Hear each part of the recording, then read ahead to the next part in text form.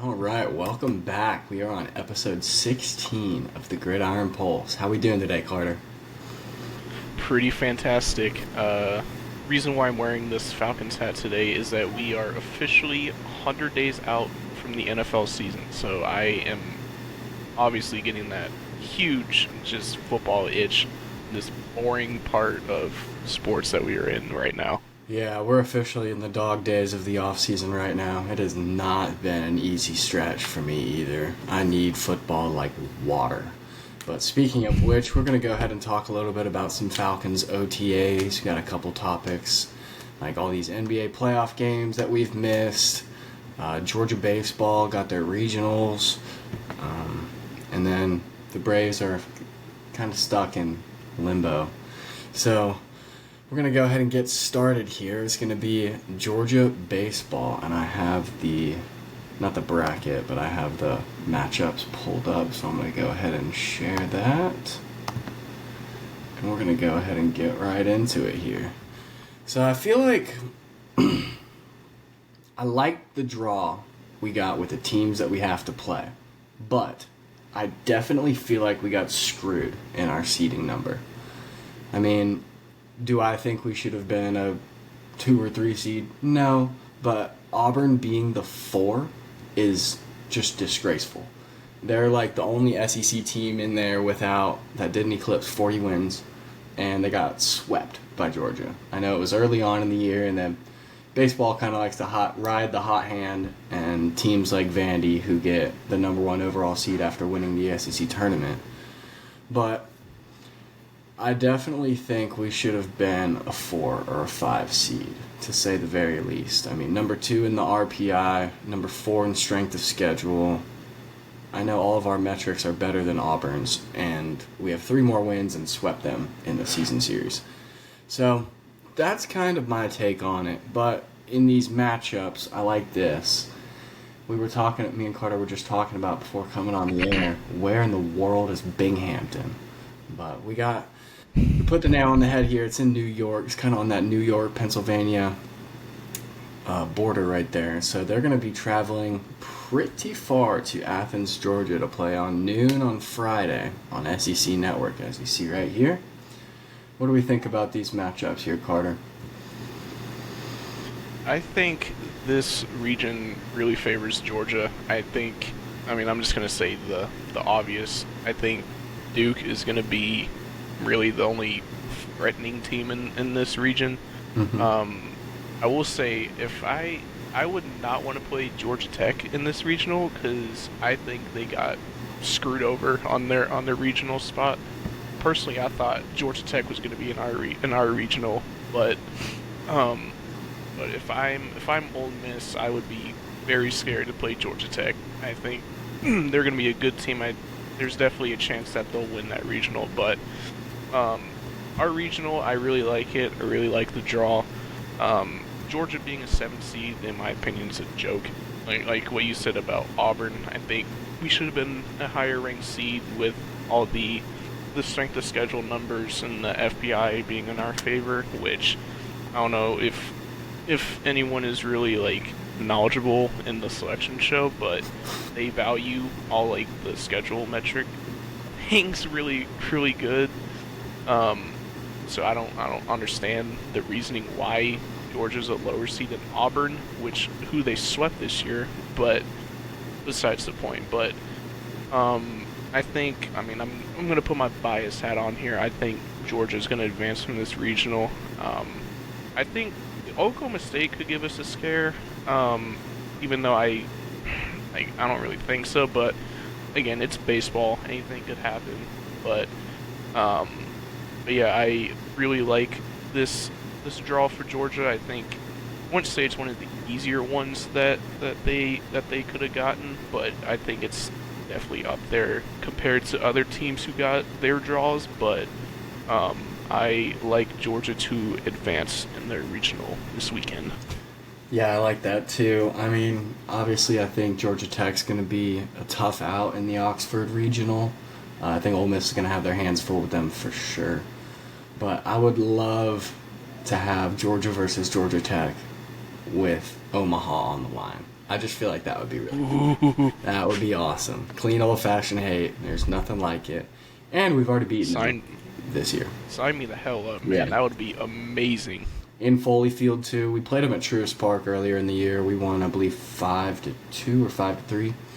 Still a pretty good game. I know they got some big bats. They got a couple of kids from West Forsyth High School as well, not too far from us. So a couple local kids getting some shine. Let's go ahead and look at some of these other regionals. So we spoke on Auburn. 38-18, just I don't know. I don't love that. And then they got to play Central Connecticut, interesting. And then Stetson and NC State. I mean, I can speak from experience last year. NC State's a tough out. I mean, that could come back and bite them in the butt.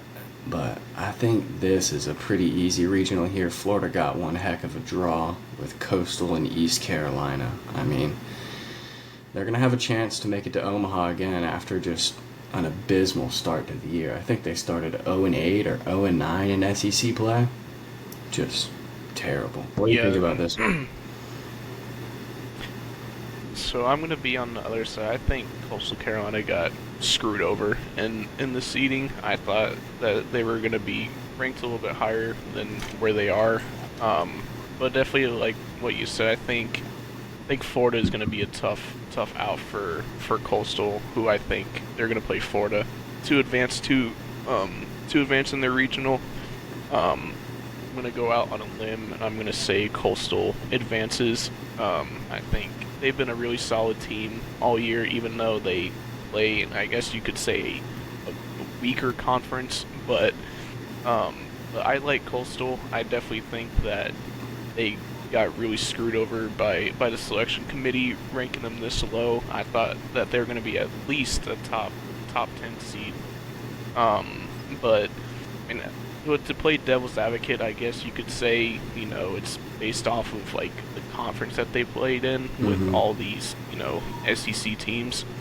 But I think it's gonna be a good game between Coastal and Florida. But I'm going to be a Gator hater till I die, so give me Coastal Carolina to advance in their regional. Yeah, amen to that. Florida. Amen to that. I think Coastal advances as well. I know that's not saying too much, being they are the 13 seed. But Florida's definitely, they're going to give someone, whoever they have to play, they're going to give them every chance that they have. And then, I think Auburn takes this one. They're probably going to be able to beat Coastal right in the hot bats. I just don't understand how they're a 4 seed. I did want to look at one other one. I know Texas got a super just cupcake draw. Here we go. Arkansas too. Arkansas got a cupcake. Yeah. Texas being in here with UCLA, I don't think they're all that. Houston Christian, Kansas State, and UTSA. We go meet till we die, brother. Meet UTSA. Advancing through the Austin Regional. Let's go, Roadrunners. Meet all the way. I would throw up their whatever like signal that they do, but I don't remember it. Yeah, but they got something. Go UTSA. I wouldn't be surprised if UC Irvine comes out of this one either. Although I don't know. I would probably go with UCLA just because they're really good baseball school. They produce so much talent. So I'm going to go safe pick there. I'm going to pick UCLA. Yeah. I think the only drawback here for Arkansas being the 3 seed would be potential Tennessee matchup right here. I know they haven't been playing well as of late, but regardless of who you talk to, I mean, that's the most, if not like top 3 most talented teams in the country. Yeah. Give me Wake Forest. Taking Wake Forest money line in the Knoxville Regional. Yeah, this is a pretty easy draw, though, in their regional, though. North Dakota State, Creighton, and Kansas. I feel like we've seen a lot of Kansas versus Arkansas, the battle of pronunciation lately. I know they played in a bowl game not too long ago. They played in March Madness this year. Arkansas beat them. Yeah, they did. That was a 10-7 matchup as well. That was one of the only good games of March Madness, which this year was definitely, we can chalk it up to be a March Sadness, especially for fans. All right, Yeah. we're going to bring it back here. Anything else you want to talk about on the baseball front, at least in Georgia baseball? Again, I've been saying this every single time we've talked about Georgia baseball. The Achilles heel of this team to make a Omaha run is the pitching. The bats are going to handle themselves. I have all the confidence in the world in the bats, but just the pitching, the pitching, the pitching. I cannot express it enough. If Georgia wants to win the College World Series, their pitching has to be on fire. Like they need to do something kind of like the night shift with the Braves in their World Series run, just lock down, barely giving up any hits, barely giving up any runs. If they do that, it's game on. Yeah. They're gonna storm through everybody just agree. with their high powered offense. Just again, just their pitching just needs to be on point. I don't really have any. I guess what's the word I'm looking for? I have all the confidence in the world. I think Wes Johnson is going to definitely do a good job in handling their rotation and bullpen. Just obviously, it's game on from here. But again, just pitching is going to be the Achilles heel of this team. Whether they make it out of the regional, whether they go to Omaha, whether they win the whole damn thing, just pitching. Pitching's going to be the key. Yeah, I agree with that. We really just need to get quality games out of our starters. You gotta go bare minimum 5 innings. That's the biggest discrepancy that I've seen between most of our SEC series, like teams like Texas, Vandy, and Arkansas, LSU, Tennessee even. They have pitchers who can go the whole game. We don't have a single one of those on our roster. Regardless, it's like we're not asking too much from you. Go 5, maybe 6 innings. Throw 85, 90 pitches. I don't think we've had a single pitcher throw over 100 pitches in a game this year. But if they did, we'd probably lose by 40 because it's just consistency has not been there, control hasn't been there, and it's been walks. The walks have been what's killing us. I think we'll be pretty solid, though. I think JT Quinn is going to turn into being that third starter for us, along with Leighton Finley and Curley. I would love to not have to use Curley until we have to play someone like maybe Duke or that Georgia Tech or Ole Miss. But the bats are going to have to come through for sure. I know it's a lot easier pitching with a 5-6 run lead than it is in a 1-0 ball game, but it's going to be pitching. Like you said, I mean, that's been the Achilles heel all year. Don't doubt the bats at all, especially with Burnett and Zaborowski coming back from injury. As long as they can stay healthy, if the bats can stay healthy, oh, dude, we're going to be tough to beat. I will say, if I were to make a prediction on who's going to win just based off of right now, I'm going to go with the hot hand. I'm going to go Vandy. They're just won the SEC. I think they're playing extremely good baseball at the right time. They're going to be a tough draw for anybody. So, my early prediction, non-biased, Vandy is going to win the College World Series. Yeah, I wouldn't be surprised with that at all. Just such a storied baseball program. I mean, we got swept up there earlier on in the year, and I think they had 3 pitchers who threw over 100 pitches in every single game and went bare minimum 8 innings. I mean, you saw it with the guy that we played in the SEC tournament with Oklahoma, their pitcher. He went 8 innings and threw 115 pitches, and we just could not hit this guy.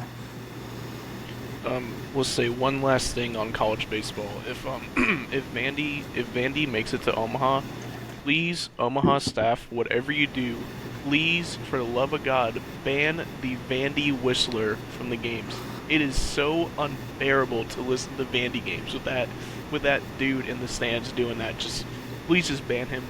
It would make life so much easier. Absolutely. I'm all with you on that. Ban the Vandy whistler. I love it. All right, let's talk about this College Football 26 cover.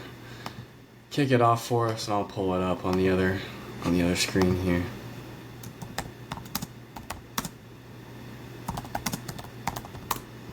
So I know it's Ryan Williams and Jeremiah Smith. Go figure. Who's shocked? Not me.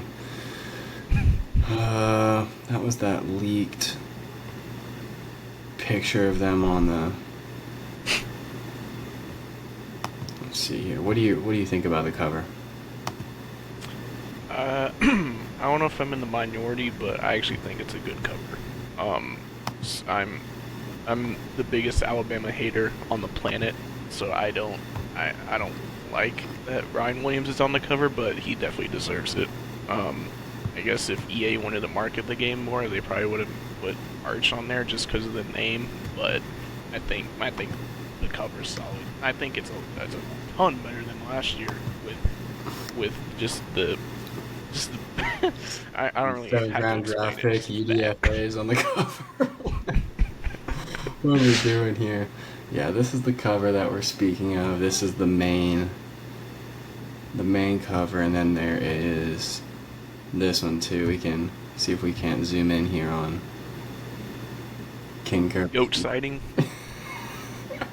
King Kirby Smart, and there's... Is that Bryce Underwood? Oh my goodness. Yeah. I've never played. And hairy dog behind Kirby. Yeah. See a Tebow sighting too. It's funny. Caleb Downs. Yeah, this one's not bad. Is this the... Yeah, this is the deluxe edition. Well, dang it, I guess it looks like I'm going to have to get the deluxe edition. Because I am not spending money on a cover that looks like this. I couldn't do it. Even though covers are pretty much obsolete now. I mean, it's not like you go buy the physical copy of the game at GameStop anymore. Yeah. I don't know. I think it's fire, honestly. I think it's so much better than last year's. Obviously two of the top players in college football. I mean, why not? It's cool. I like it. But I will say I do like the deluxe edition more, but this is not a bad cover at all. My biggest drawback with this one is this should have been the cover for next year's game. Like, these guys have to come back another year, both of them. Undraft eligible sophomore. So, like, I kind of just cross them off for being able to do it next year when they're going to have all the hype in the world and probably be the two best players in all of college football. Not saying that they aren't right now, but maybe they're not 1 and 2. They might be like 4 and 5. That's all I'm gonna say there.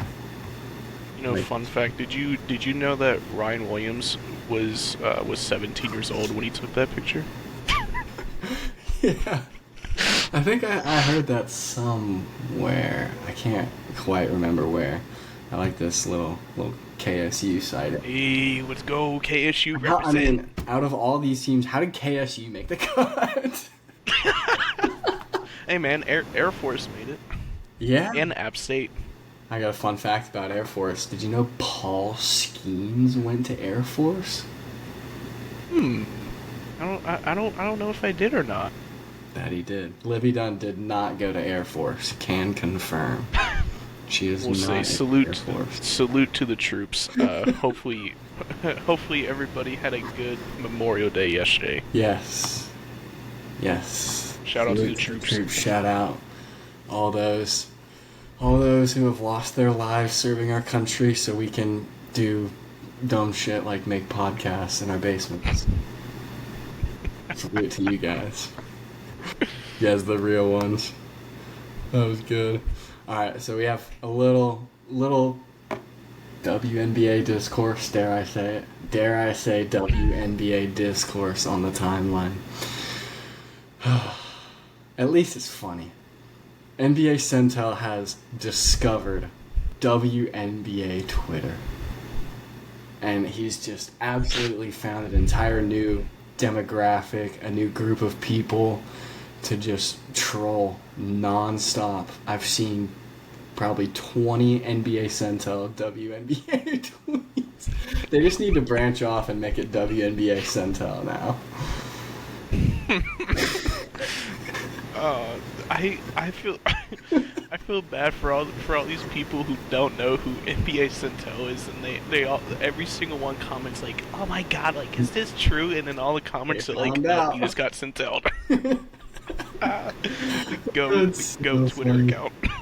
Last little WNBA thing. Caitlin Clark got hurt, so viewership numbers are going to absolutely plummet for the next 3 weeks. strained quad, should be out for like 3 weeks, whatever.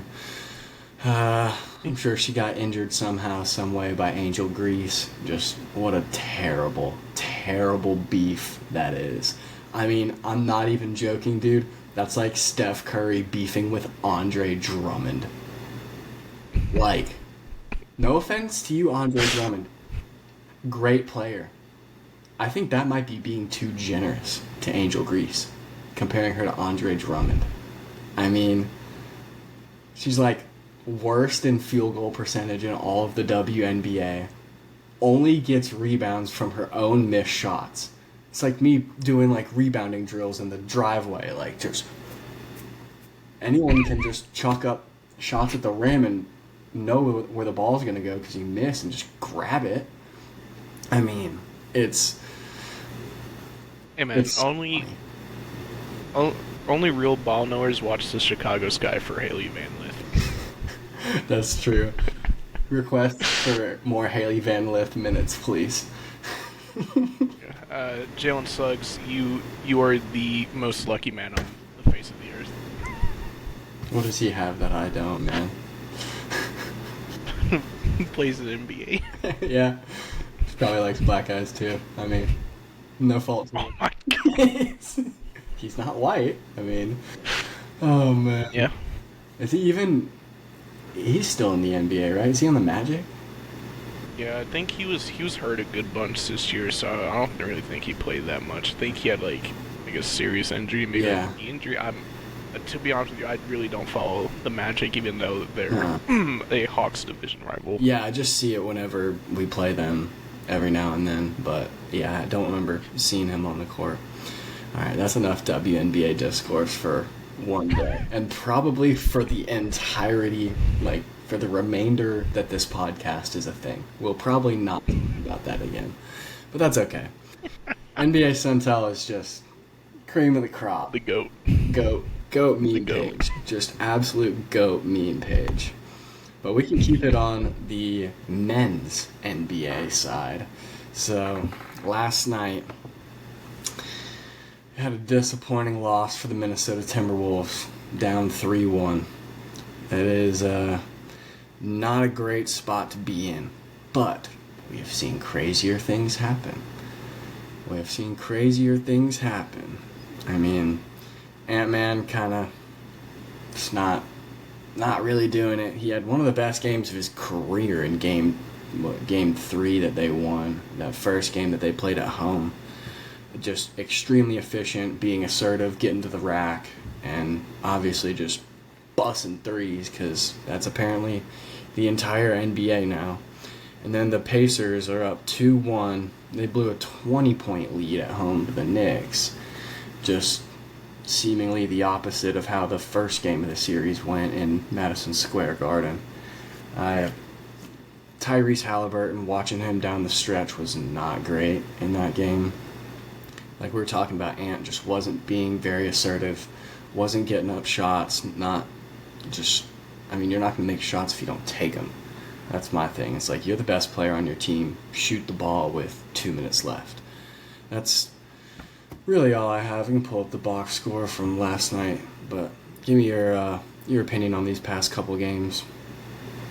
I will say the Pacers-Knicks series has been absolute cinema to watch. Every game's been really close.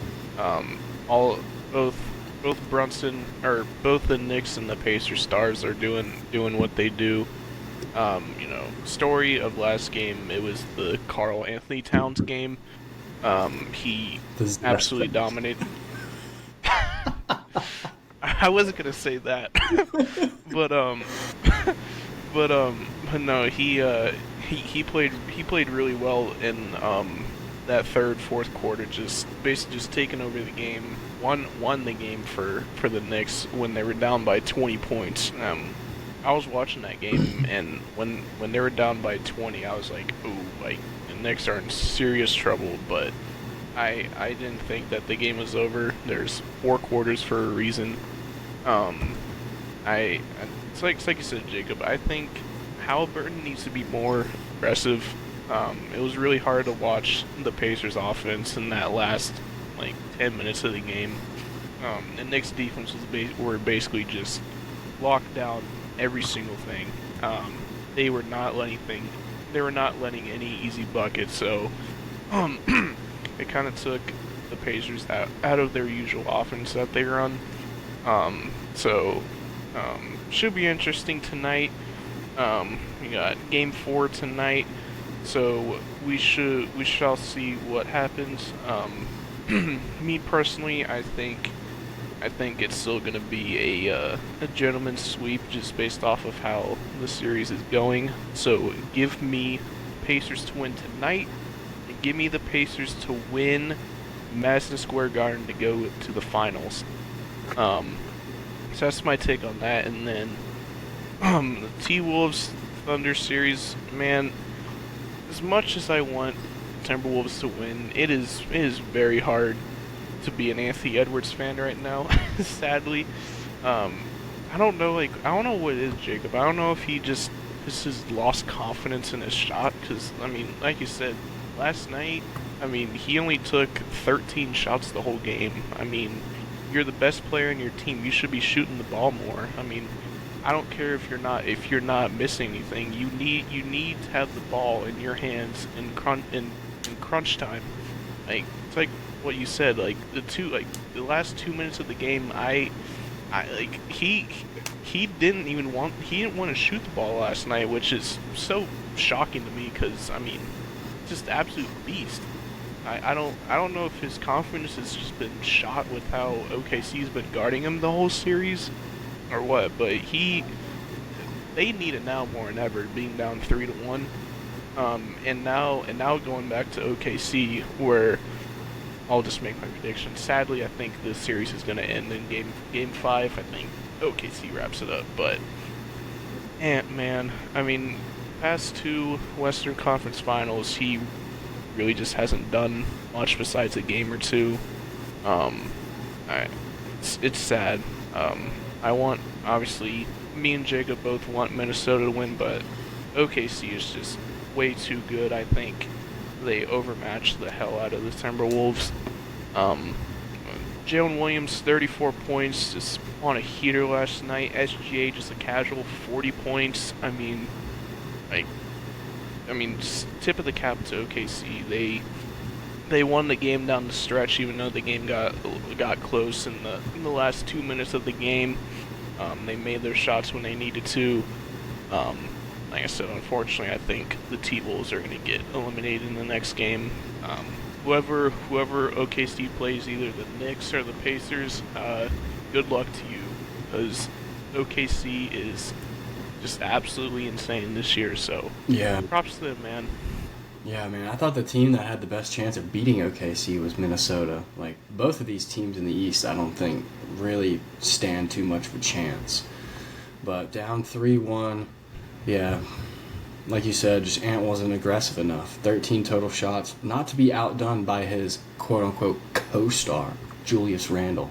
1 for 7. Dude took 7 shots, 5 points, 7 rebounds. Just talk about an absolute stinker of a game. I mean, good Lord.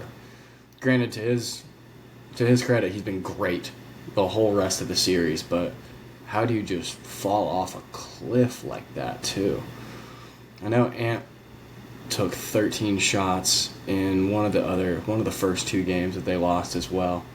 That's just not going to cut it, dude. You can't have Nickeil Alexander-Walker being your leading scorer coming off the bench. It's not a recipe for success. I think Minnesota will win tomorrow. I think they'll win 1 more. And then OKC will close it out in 6, most likely. We'll save a note that I have, just my last thought. Just to give a little bit of hope to T-Wolves fans. Everybody remembers the last time that OKC was up 3-1 in the Western Conference Finals. Granted, the T-Wolves don't have prime Steph Curry, prime Klay Thompson, but there's always a chance, man. So I want to shed a little bit of light. Edwards, dog. They got prime Ant-Man. Led the league in threes this year. Lead your team in threes and make them, please. Please and thanks, Please. Ant-Man. Just a couple of fans. I want to see at least a good series now, Yeah, even though I know, don't think honestly. Minnesota is going to win. Bring it to 7. Anything can happen in a game 7. Yeah, I've been loving watching this Indiana-New York series, though. Pacers were up by 20 points. They were up 55-35 with a couple minutes left until halftime. And that's when the Knicks just started chipping away. Ended up winning 106-100. I think the games tonight, and wasn't it Aaron Nesmith that he rolled his ankle? I think he's going to be out. Yes, but he... Is he playing? Really? Because he came back into the game the other night. No, I just saw that I remember he rolled his ankle, but then it said he only had like 25 minutes played. Let's see. Yeah, he went out for a little bit, and then he came back into the game. He's listed as a game time decision for tonight. I think if he doesn't play, that could be a big... He'll play.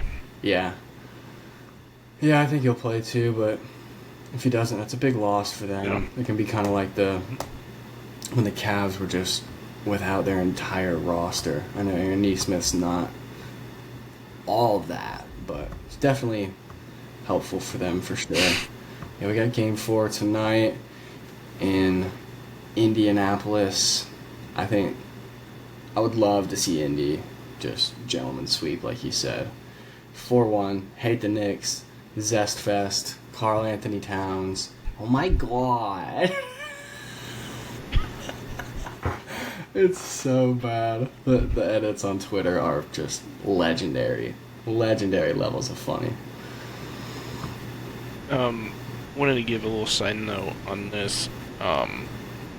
Even though the Pacers are up 2-1 in the series, just looking at it now, games 1 through 3 combined have been, separated by a total of 14 points. So essentially, this series has been basically up for grabs. Like every single game in this series. I mean, Knicks could easily be up 3-0. Pacers could be up 3-0. Every single game of this series has been insanely close, and I love it because I am sick and tired of watching all these damn blowouts in these playoffs. I was never really too high on the Knicks. I think the Pacers really matched well with them, clearly, which is kind of like what I thought going into this series. But yeah, it's really like Indiana really hasn't been dominating the Knicks, even though they're up 2-1. Like I said, every game's been decided by 5, 6 or fewer points each game. But like I said, Jacob, I'm gonna go with the gentleman's sweep.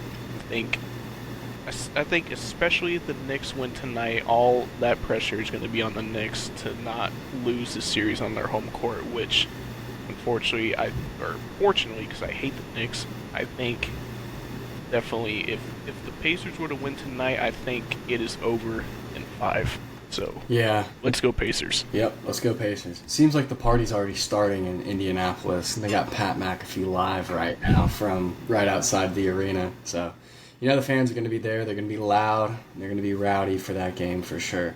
Yeah, if they go up 3-1, you can pretty much chalk it up. It's over. Yeah, not like Minnesota, though. Minnesota being down 3-1 is just new opportunities. You got an opportunity to do something that's only been done a couple times. But if the Knicks go down 3-1, they're in the gutter. They're in the trash can. Series is over. All right, where do we want to go to next? We want to talk about OTAs or the Braves? OTAs, because I have a big rant for the Braves I want to save for later. You're going to save that for the end. All right, what do we got on OTAs here? I know they begin today, and then Kobe Bryant is one of the most notable UDFAs in NFL history. Yeah, I don't know if you saw Raheem Morris's press conference. Someone asked him about Kobe Bryant, and he said that he's one of the famous undrafted free agents that he's ever seen. Everybody wants to ask questions about him, I really hope that he makes the roster. I think dude is a dog. I am I'm still so shocked that he did not go drafted.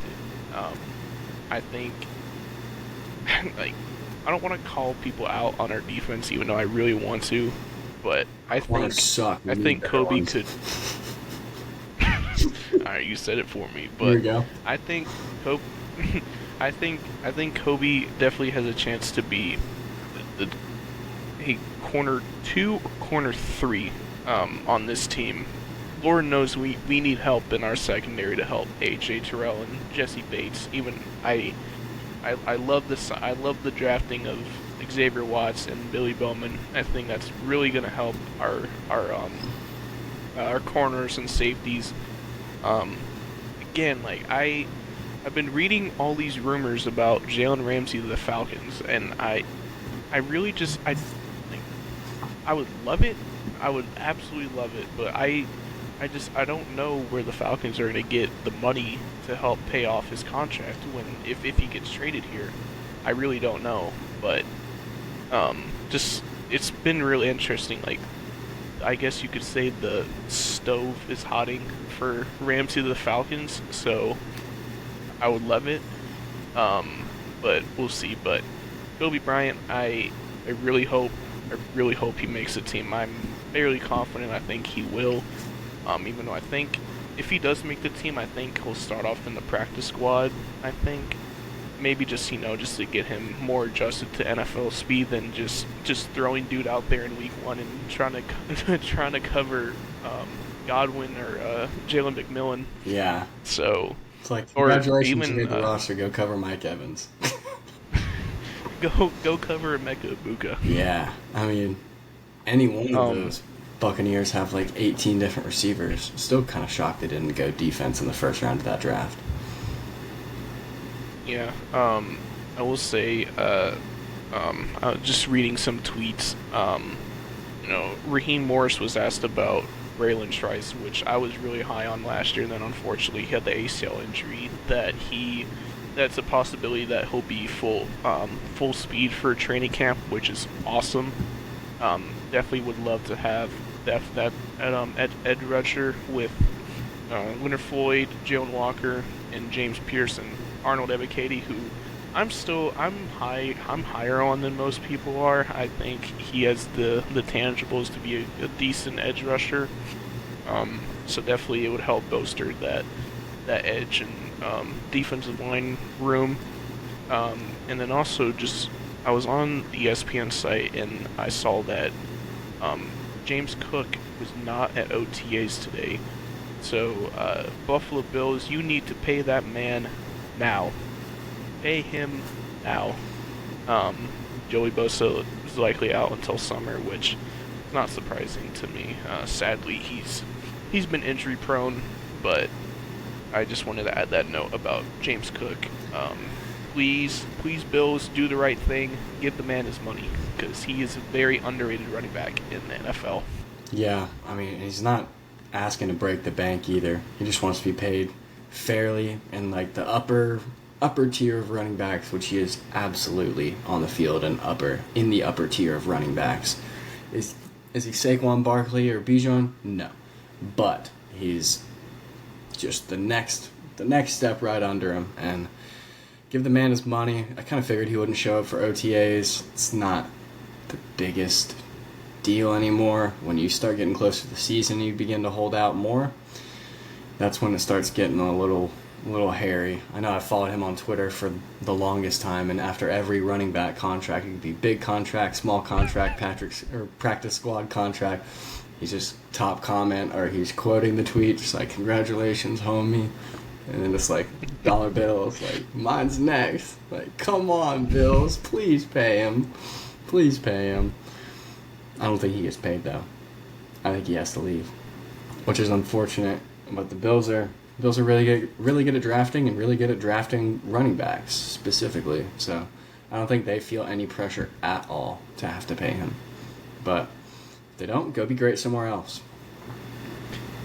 Absolutely. I'm definitely speaking. Just going back on the Falcons, I'm definitely excited for training camp. I will definitely be at least one, maybe two of the open practices for training camp this year. I went 2 years ago because last year it was blocked off for the fans because they were doing renovations in Flowery Branch. But I will definitely be there for at least one, maybe two of the open practices this year. Actually, no, I was. They had one at Mercedes-Benz Stadium last year that I went to, so that was really fun. But I'm very excited to see how Penix is and how all of our rookies are doing. Definitely gonna try and get some autographs like I did a few years ago. But very excited for training camp. Actually, very excited for a Falcon season and God knows how long. So Yeah. I just know I keep seeing on Twitter Michael Penix has some of the nicest balls you've ever seen. yeah, those dudes need to phrase the tweets better. Dude, it's always like Dove Kleiman or like Ari Mirov. Like, dude. Dove is the worst NFL account on Twitter. Dove is hands the down the worst. goat, bro. Michael Penix has the nicest balls you will ever see. It's just the definition of engagement farming. He's obviously doing it on purpose, but I laugh every time I see it. I'm pretty sure that's like an automated Twitter account. I don't think anyone actually runs that account. Yeah, all the ones this weekend, Travis Hunter and his fiance getting married, it's like not congratulating them for getting married, it's like no prenup in all caps. That or if you tweet something about like some just scumbag of the NFL who'll put like inspirational and then the tweet. Yeah, like I think it was like Deshaun Watson like got married to like his girlfriend or something, and it just says inspirational and then Deshaun Watson gets married to his girlfriend, and all the comments like inspirational.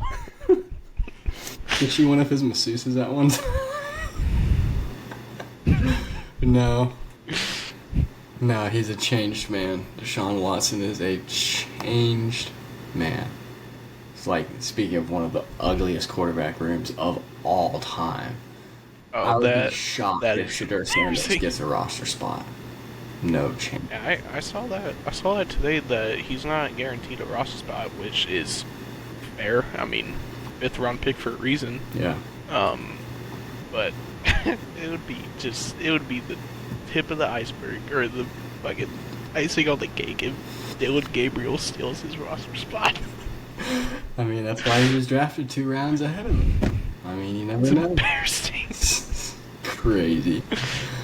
Dylan Gabriel's not a 3rd round talent. No, he's not. But he was drafted only in the Bills. In front of a generational talent like Shedeur Sanders. That's like a Dove Kleiman headline. It's like generational talent. Shedeur Sanders is not guaranteed a roster spot. Yeah, if I was a Browns fan, I would not want to watch this year with Kenny Small Gloves being the quarterback. Oh, Kenny Gloves in general. I don't know how you're a quarterback. Kenny Two Gloves. It's terrible. Dude's hands are like smaller than ours. It's weird. Hey man, let me grip a football. Yeah, I know how to grip a football. And all the pictures that go viral of him, just like his grip is all the way like on the back of the ball. He can't grab the middle of it. Oh, it's so bad. I feel so bad for Browns fans. They've been through hell. They're gonna keep living it. Keep living in it. Like, I thought being an Atlanta sports fan was bad. With Browns fans, it's this is us here, and then the Browns are like up here. Oh yeah, just it's bad. Generationally bad football town in general. Hey, but I will say, as poverty as the Browns are, they have made the playoffs more recently than the Falcons have.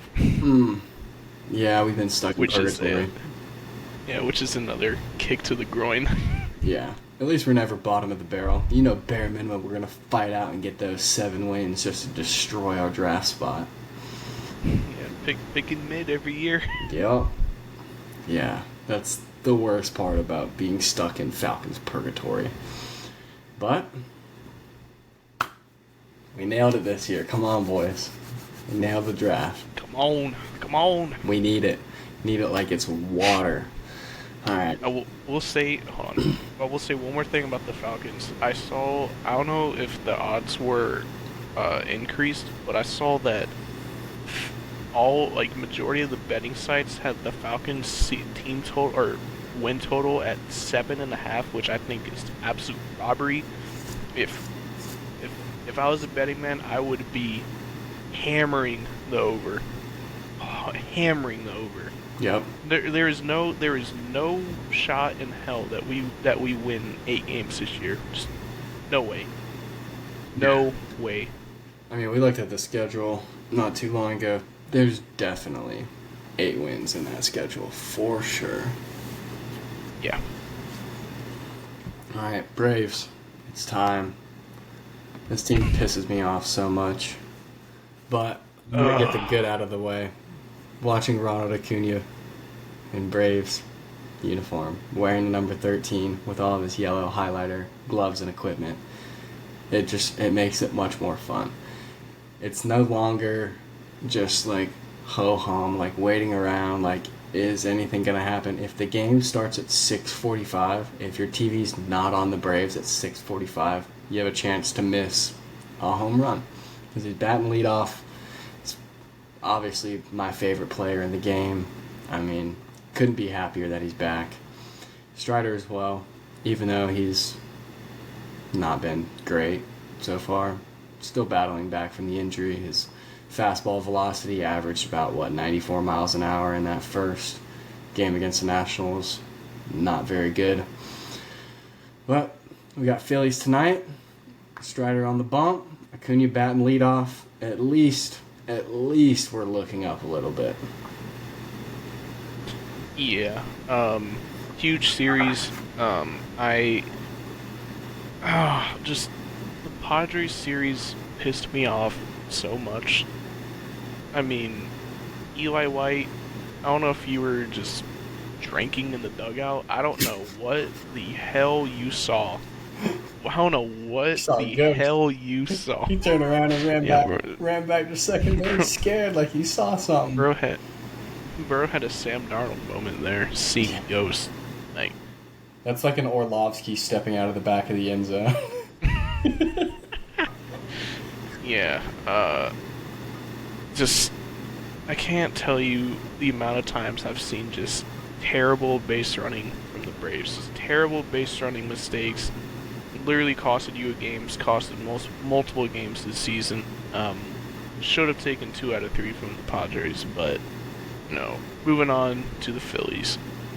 Huge, and I cannot I cannot state it even more. Huge series. Tuesday, Wednesday, Thursday. A sweep ideal. I do not think it will happen. I think we'll take 2 out of 3, which is I will take any series win right now. I don't care if it's a season win against the White Sox. Just any series win right now, and you need to start winning now. I mean, it's almost halfway through the season. You're still under 500. I mean hell, 50 games in this team, or 52 games, this team is still under 500, and it's just it's been frustrating, man. Pitching will have an amazing game, and the offense won't show up. Offense shows up, pitching just shits the bed. It's the most inconsistent team this year. It pisses me off. I'm hoping Strider shoves against the Phillies fans to shut them all the hell up. I cannot stand Philly fans, cannot stand their... Well, I wouldn't say I hate the team necessarily. There's a few players that I like. Just the fans that just piss me off, so...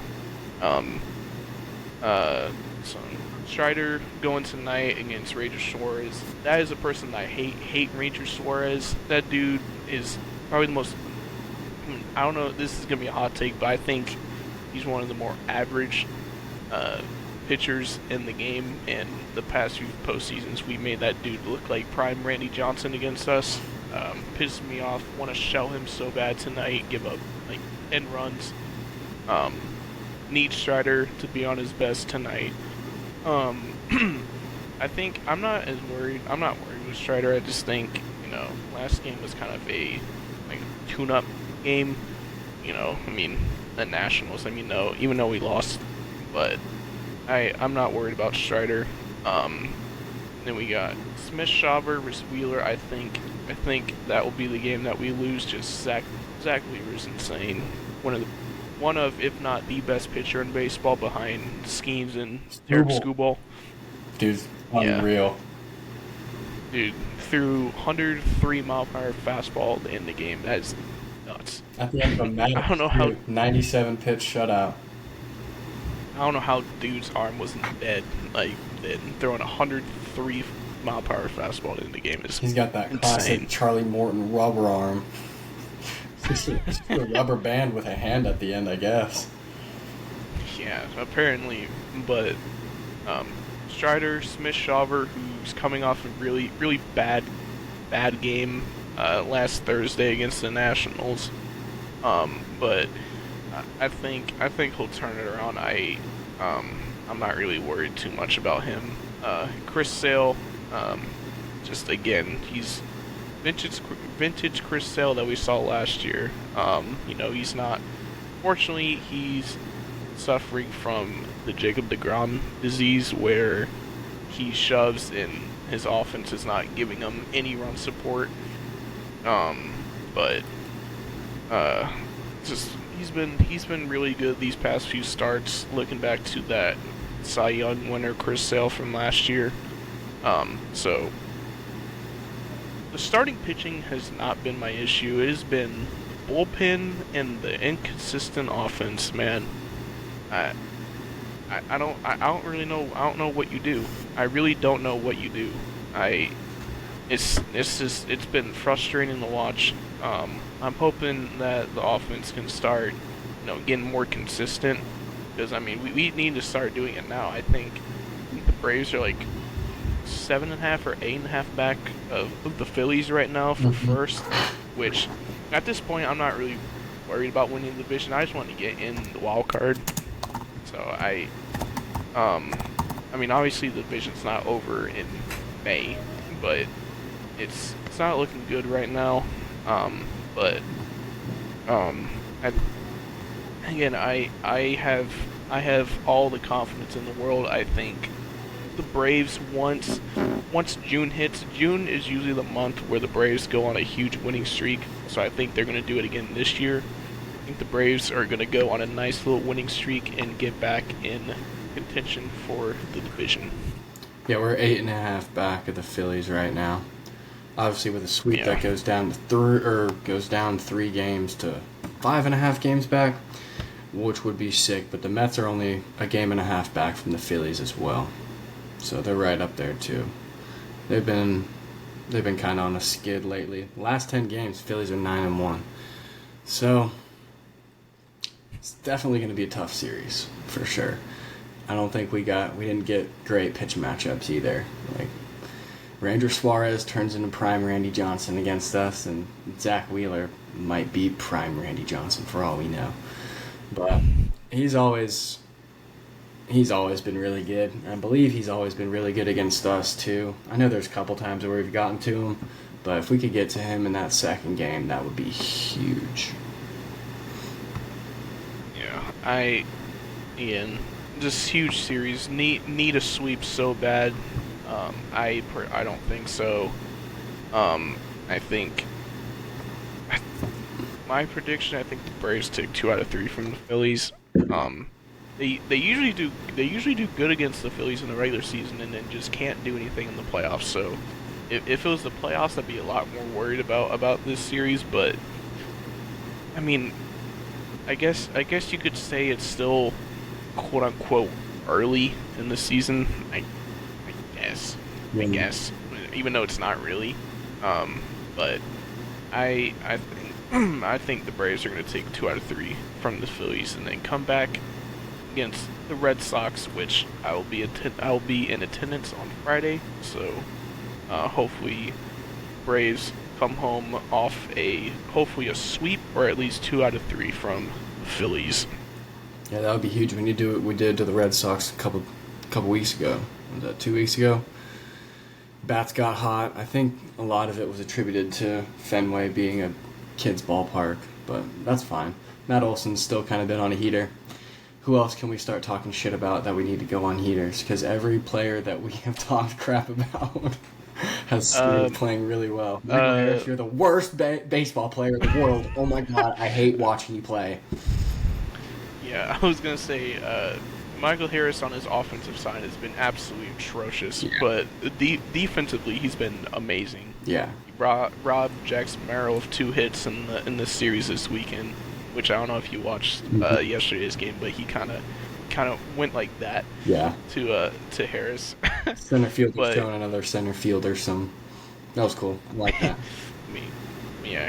Michael Harris has been really struggling offensively. I just think I don't know what the issue is, man. I just don't know if he just doesn't have good knowledge of the strike zone or what. I remember I don't know I think it was yesterday or Sunday, but he swung at 3 straight changeups in the dirt 3 times in a row. Yep. I mean, the dude just needs to work on his hitting. I think not even contesting them. Yeah, I think his OPS is getting close to under 600, which is under 600. Awful. Maybe, but he hasn't been good at all offensively. But I will say, the dude that is doing amazing on offense is none other than the king himself, Ronald Acuna Jr. It's funny. I was up in Kentucky this weekend for a family thing, and I was watching the game on my phone, and I was going crazy when he hit that first pitch homer. Yeah. I was like, "Yep, he's back." Yeah. I mean, I lost it, dude. That was talk about a moment there. That was unreal. I also want to say to all the idiots on Twitter who said that Acuna wouldn't be as big of a factor on offense, which I saw a few people who said that. You people sound like just the biggest morons ever. You're wrong. You're fired.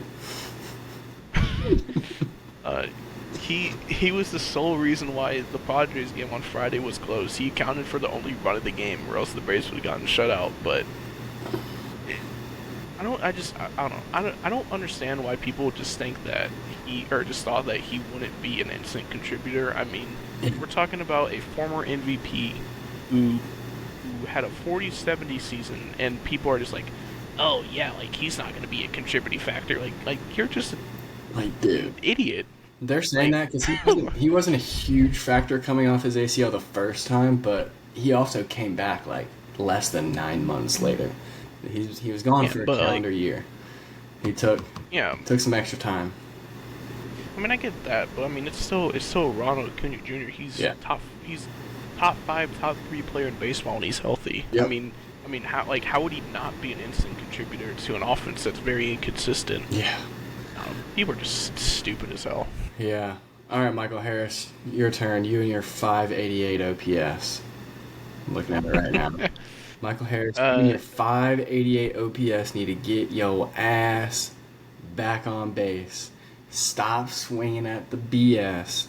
I mean, there is no reason. I saw the same screenshot that you probably saw on Twitter with the 3 changeups in a row, all like rolling past home plate. He swung at all 3 of them. Just abysmal. Start wearing your Georgia bandana again. Maybe you'll be able to start hitting like the Georgia baseball dogs. Get some aura. Yeah. I mean, once we started talking about Ozzy when he had less than 600 OPS, now he's up to 650 and he's 5 for his last 10. So, La Bestia for La Bestia is back. I don't don't mean to slander Nick Allen because I think he's been solid for us, but when Nick Allen has a higher OPS than you need to get in the lab, bro.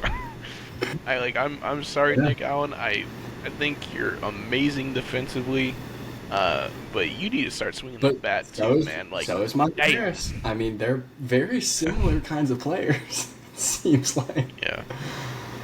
Also, Orlando Arcia getting shipped off. Colorado is so funny. See you later, baby. See you later. Don't let the door hit you on the way out, buddy. Yeah. Enjoy Colorado. Yeah. Oh God. I mean, he had a great 1 year run for us. Taking over for Dansby, 1 year was great. All-star. Everything since then has been borderline Atrocious. terrible. Like, he was like Nick Allen, known for his defense, but then that 2023 year he started hitting the ball too, and then even these past couple years his defense has decreased so much. Yeah, he should have been released after the 2023 playoffs. You know, with the whole like attaboy Harper, which I still think it's funny that dude got mad at that for no reason. But I don't you know, even think he besides the speaks point. English. But Like, there's no way he actually said that. Like, bro does not speak English. He uses full it's probably translate. like it was probably like just it's like broken English. Yeah. Kind of like yeah, But hey, uh, in a butt. but Bryce Harper got the last laugh, and he definitely got the last laugh yesterday, which we are with you, Bryce. We all did not like Arcia, so see you later, buddy. Enjoy hell, and don't let the door kick you in the ass on the way out. Oh my gosh. Alright, who else do we need to talk crap about? We got Michael Harris, and we sprinkled in some Nick Allen there too. Although we appreciate both of their defense if you could start swinging at pitches that are inside the strike zone and making contact, and those go far. And then when the pitches aren't in the strike zone, don't swing. You don't have to. It's not an obligation to swing at 4 straight changeups in the mud. Austin Riley, buddy, you need to work on your defense, man. You costed us the game on Sunday, but I still think, I mean, I don't really need to slander him on offense. I think he's one of our best hitters, but He's alright. go call up Ron Washington and have him go through the drills with you, because you need it, man. You need it. Just get on you have been FaceTime with struggling. him in pregame. I'm sure he'll do it. Just prop him up, get him right on the base like that. You just start Yeah. yelling at him, Ron. I mean, something. The Angels are doing pretty Yeah, well, though. Yeah. I don't know how. I We got a don't great know manager. how. Good for you, Ron. Yeah. Love you, Ron. Yeah. Miss you, EY. Yeah, we definitely Also, miss him. Should we talk about the third base coach? so funny you mentioned that. I was about to say, can Bro get demoted to Gwinnett? Tui Yeah, Supo. because I don't know if you know, he was the he used to be the manager of the Stripers. Yep. But dear God, dude, like you've cost. I mean, you've had some terrible sins, man. Like I don't like Bro just really is trying to do his best on Washington impersonation, because some of these sins are like So bad. damn, man. Like, so bad. The one with Austin Riley, when he got, I mean, he got thrown out. He wasn't even halfway down the line from third to home. Yeah, dude, I remember watching that game. I'm like, dude, like, what the hell are you doing, dog? Like, you just lost us the game. Yeah. You just lost us the game. He's costed us many runs, lost us a couple games. I think it's time for you to speak Chinese, buddy. Get ready to learn Chinese, buddy. Tui Sui Sopo. You might know it already. Oh my God. Alright, that's gonna do it for episode 16 of the Gridiron Pulse. Oh man! Be sure to like, comment, subscribe, all that good stuff. We'll see you guys later on in this week. See ya. Peace.